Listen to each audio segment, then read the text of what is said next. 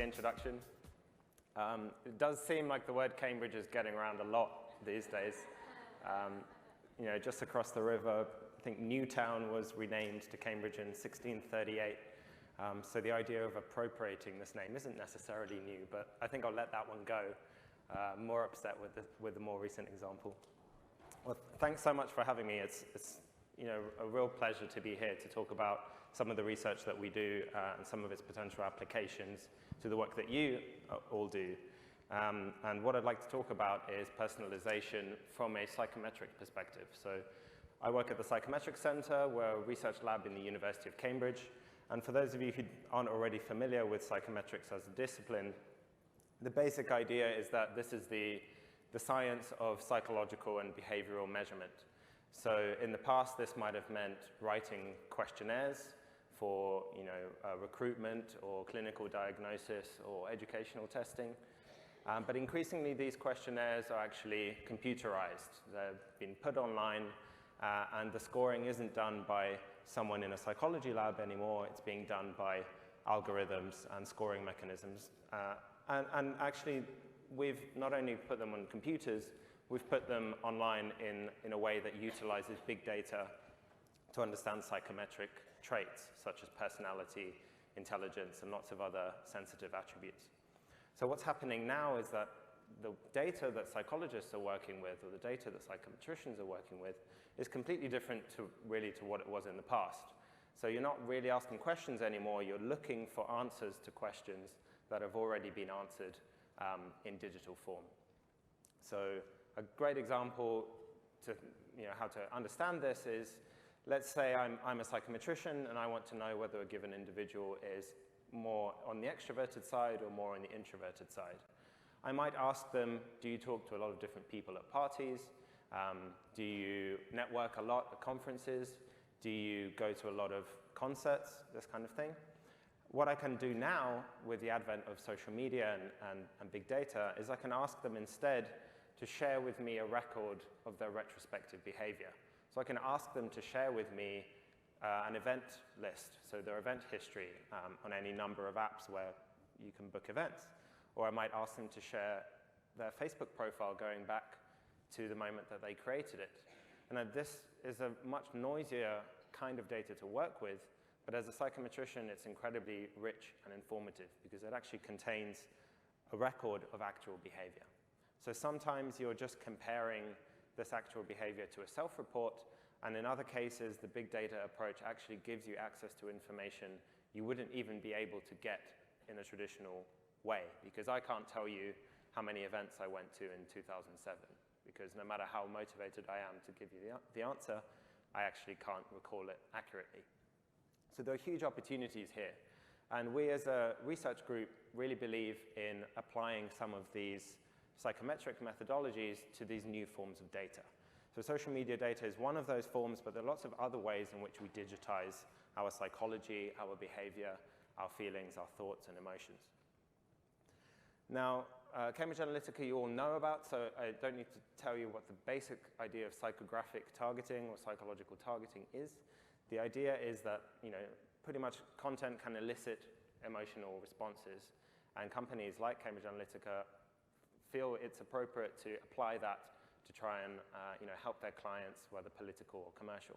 I completely disagree that it's okay to do that, but I'm here to tell you that let's not throw out the baby with the bathwater when it comes to personalization, because there absolutely is a way to use psychometrics, personalization, and content that responds to personality of customers without it being creepy and without it manipulating them. So that's what I'm hoping that we can all move towards as an industry for best practice. So let's look at some content that might elicit some emotions. So here are a couple of examples of very successful pieces of content. The one on the top left is the Go Compare man. You might have seen him. He's an opera singer, so he kind of sings Go Compare, and so on, and makes a spectacle of himself, basically, like I'm doing at the moment.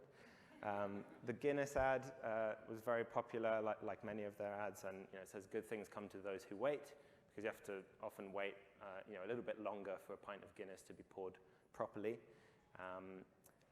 Carlsberg have made a huge, I think this is actually a great use of humor in marketing, saying this is probably a football, just like Carlsberg is probably the best beer in the world. And it's a theme that's gone through lots of different aspects of their campaigns. And I like the Patek Philippe advert as well, because it makes what is probably a very, very expensive watch seem like a kind of, almost part of parenting, which I think is really impressive. So a good parenting is buying this, or passing down this family heirloom. But the reason I'm showing you these pieces of content is just to invite you to look at them, if you can, with your kind of psychometrician hat on. So a psychometrician looking at that Go Compare advert wouldn't think, oh, this is just a kind of funny guy with zigzag mustache. This is something that appeals to extroverts.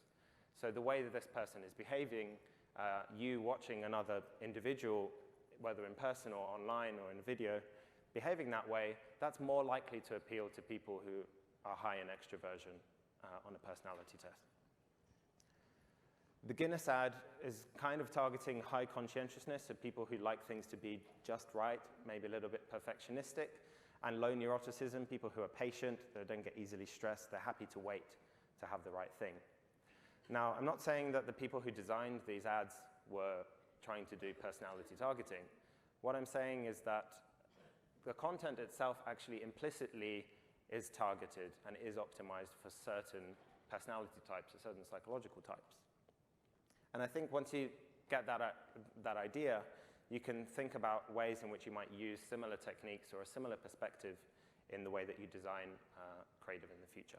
So the Patek Philippe advert, I think it's targeting, it has quite a traditional message, so it's low openness, and it's focused on the family-oriented values of high agreeableness, which is kind of being more a cooperative person rather than being very competitive. So you can imagine you could have sold that watch in a very competitive way, saying, appealing to very competitive, wealthy, career-driven people who might be able to afford it, rather than taking this kind of cooperative family approach. Now, let me just say right at the start that psychology isn't the whole thing. Most targeting effects are actually demographic. They're probably a stronger effect in most cases. So in this case, yes, it's targeting competitive people, but all of their ads also are about men talking about football in the pub, so it would be very hard to actually tailor this content to a cooperative or agreeable woman. Right? So you need to think about not just the personality side, but actually what implicit targeting is happening from my content, maybe that I'm not actually intending to do. So a quick recap on the Big Five model of personality, which maybe you've all become more familiar with because of recent news. However, it's quite a useful one. So the computer model doesn't think in 5 dimensions. It thinks in 230,000 different dimensions, but it's very easy and useful to distill that prediction down into something that's 5 or 7. So the Ocean model, these traits are independent from each other. They're not putting people into buckets. These aren't segments. These are independent scales. So any given individual lies somewhere on the openness scale. It doesn't mean that they're not sometimes feeling more artistic and other times just kind of want things that aren't broken to not be fixed, right? So we all express different aspects of our personality, but personality theory would say that there is a latent trait where you are a given level on each of these traits at any given time. And that's what makes personality actually predictable from data, because if it was something like an emotion that's changing all the time, it's much less likely you have a reliable signal of it in big data. So conscientiousness, as I mentioned with the Guinness ad, this is about whether you're a more spontaneous person versus being well-organized. Extroversion, I think easy to understand. Agreeableness, competitive and cooperative versus cooperative. And neuroticism is often the kind of demonized trait where people don't want to be told that they're neurotic, right? Just because that word neurotic has a valence to it. But it's sometimes called stability, so it's just the other way around. A positive side of high neuroticism is that you're probably more likely to be sensitive to other people's emotions. And we just heard about the value of empathy in marketing. So don't think that just if you come out has high neuroticism on a personality test, that's bad, that it means you're too easily stressed. That's not the case. That can actually be a very, very useful skill. So I've spoken a little bit about the personality targeting inherent in content and a little bit about kind of demographics that also come in there. But the other thing we need to think about is that content also has a huge social impact. So it can be prescriptive, and it can reflect kind of hidden taboos or hidden structures in our societies. And I think it's worthwhile showing some terrible examples of content to remind us what can go wrong. So Cambridge Analytica is a great example of how not to do things, and I think some of these ads are another good example of that. So what's wrong with the ad on the left? So this is an ad for Flora margarine. It shows a heart made out of porcelain and a bullet going towards the heart, and the bullet says, "Dad, I'm gay." And the copy says you need a strong heart today, right? Because your son telling you that he's gay is as bad as a bullet to the heart, right? And this is the message that is going. Terrible. Ladies, the ad on the right, is this what you want to see plastered on the tube on your way to work, on a cold winter morning? No, right? Do we want to glamorize drugs, make people into junkies, kind of taking the consumer addiction to its extreme? No. Has anyone seen the Heineken Light ad? Familiar with that? So go away and watch it. You will be horrified. But the basic idea here is that, yes, these are very extreme examples, but a lot of our content, a lot of content out there has undertones of things that are wrong in society. So I'm showing you these extreme examples just to remind you that content in itself is not actually neutral. I think it would be very, very difficult to produce a neutral piece of content that doesn't appeal to anyone, that isn't somehow psychologically informative or psychologically tailored, and that doesn't reflect society. So let's be aware of the extent to which content is psychological and the extent to which it can be prescriptive. And now let's talk about how we can take those and turn it into something much more positive, which I think is personalization with customers' involvement and control. So why are we doing research into personalization at all? You might ask, well, I think one of the reasons is because people actually want to see personalized ads. So advertising isn't going away, nor ought it to, but 2/3 of people would prefer to see something that's personalized rather than something generic that doesn't really apply to them. So it's important, and this research for us actually goes back over 10 years. So a colleague of mine made a Facebook app in 2007 that contained a lot of psychometric tests that people could take completely for free and find out their results on it. So at the time that this was done, you would, and it's still actually mostly the case, you have to pay to find out your results on the tests that you take. And nobody was paid to take any of these tests. They didn't have to pay to take them. No friends' data was collected, right? So it's a very, very different approach. And the way he set it up was that people could participate and find out about their personality. And after getting their results, they could opt in to share the data. So if they wanted to get their results and not participate in the research, then they didn't have to. So this was very, very popular. Over 6 million people opted in to share that data. And it's been anonymized and open sourced with over 80 universities around the world, so about 150 academics using this data to publish all kinds of research. One of the main findings that we had from this data, the use of the data in the Psychometric Center, was that it was possible to predict a wide range of very, very sensitive attributes. So your personality, your intelligence, your political views, religious and financial risk, all predictable just from your Facebook likes. Moreover, these predictions were actually more accurate than people's friends and family. So when you compare the prediction of a computer algorithm to people's colleagues, the computer beats the colleagues with only 10 of your Facebook page likes. It beats friends with 70 of your likes, and with 300, it's better than people's husbands and wives. So these are very, very accurate. And you can do it from language too. So those of you who are using language or doing copywriting, you can think about the way in which personality is expressed in language. And here you see on the right example of the language that introverts use in their status updates and the language that extroverts use in their status updates. So while these are extreme examples, it's actually possible to predict psychology from this linguistic data. So think about tailoring the language. We also looked at image preferences. So we tested a bunch of people on personality and showed them different images for hospitality ads. And we found that there were some general trends. So people prefer candid images. They prefer images with fewer people in. But there are also personality differences. So highly open, liberal, and artistic people preferred images with one person in, whereas traditional people preferred images with no people in. The effects were even stronger with extroverts. So extroverts want there to be several people in the image, in the marketing, the ad image, whereas introverts prefer one person or no people. And extroverts also prefer higher contrast colors, so rather than neutral colors.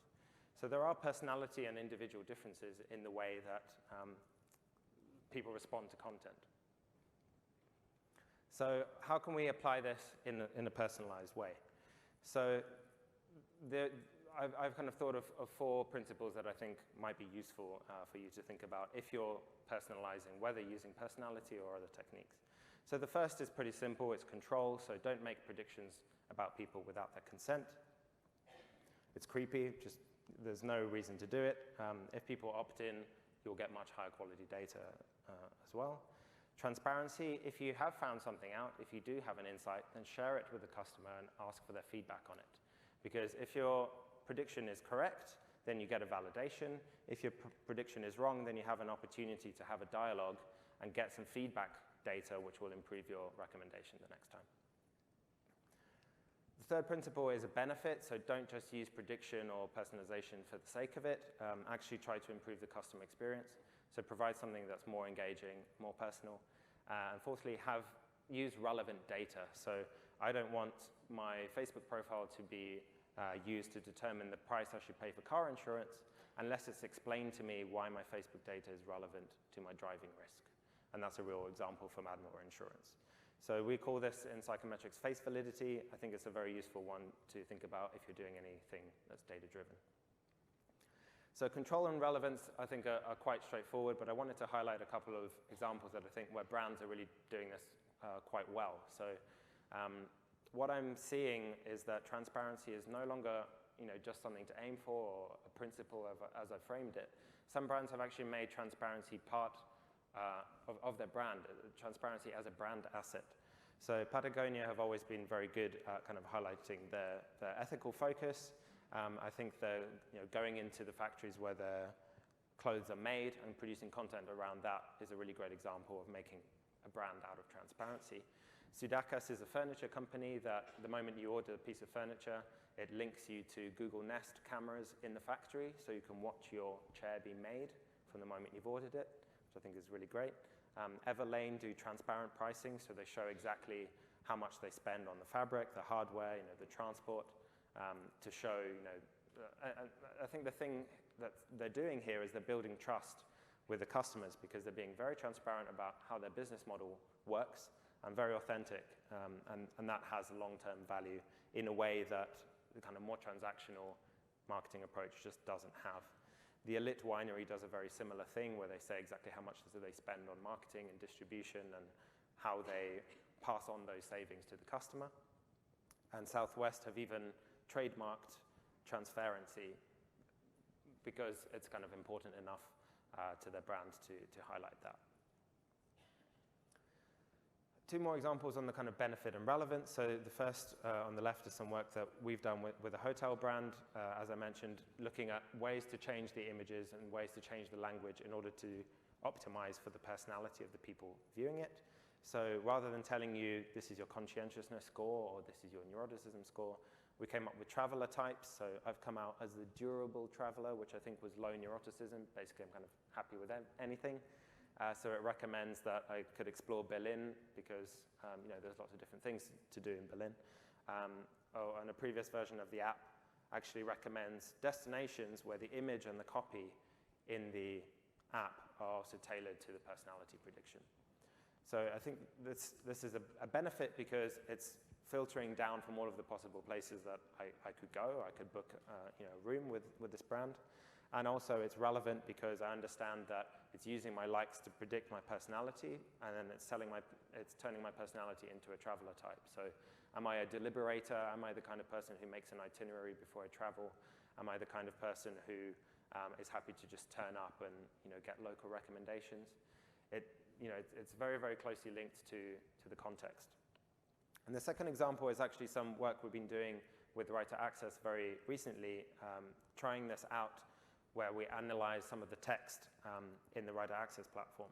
And this has had really good results so far. So we're not profiling the writers. We're looking at allowing customers to upload a sample of text that is in a style that they would like. So let's say extreme example, I'm starting a skydiving company, and I really want to get a writer to help me with the copy for that company. I might find another example of very extroverted, sensation-seeking content, say from Red Bull, and upload it, and then our algorithm will predict the personality of that piece of text and give you a kind of new filter on writers in the platform. So it allows you to search in a different way, one that's more personality-focused. These are just very, very preliminary results. Actually, just got this slide today, so thanks to Byron and Aaron for sharing this. But the evidence seems to be that actually when customers look for writers based on the predicted personality of the text, they seem to be rating the orders actually higher. So it's possible to get ratings on whether customers think that the order exceeds expectations. And what we're seeing is that the Writer Access algorithm with the psychometrics added is actually exceeding the performance. So customers are using it, and they're finding that the work that comes out exceeds their expectations even more than the algorithm, which uses all of that content, all of those content variables. So all we know in our case, in our test case, is what the sample of text is, and we predict the personality and then match it to other writers. Whereas in the Writer Access example, they know lots of other variables, like hundreds of different variables about that writer's performance and how they've done other orders. So we're winning so far, but these are very, very early results, so stay tuned for more on this piece of research. But I think I'm running out of time, so I thought, given that I live in Britain and comedy is one of the themes of this conference, my favorite kind of comedy is irony, which I know is one that doesn't often translate well. Although I think from what I've seen today, this is actually not the case. I think Americans very much like and are great at irony. But what's more ironic than trying to quote Naomi Klein's No Logo at a content marketing conference? So here we go. So she said that it's online that the purest brands are being built. So she says that they're liberated from the real-world burdens of stores and product manufacturing, and it's online that they're free to soar, less as the dissemination of goods or services than as collective hallucinations. So that's pretty harsh. I mean, using personalization might be a great way to create a kind of collective hallucination, to make someone believe that they really should buy this watch because by passing it down through their families, that will kind of make them a better father or something like that. But I think there's something more valuable contained in this idea. So rather than creating collective hallucinations, if we think about the personality and the psychological resonance of the content that we create, I think it's possible to create personalized digital interactions that do feel authentic.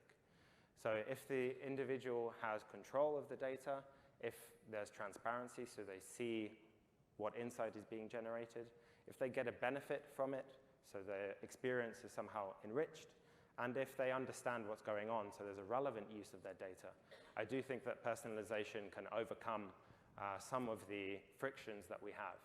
And we can create content that is much more individual in a safe and valuable way than, rather than running into some of the problems that people have run into, like Cambridge Analytica, using emotions to manipulate customers. So thanks very much.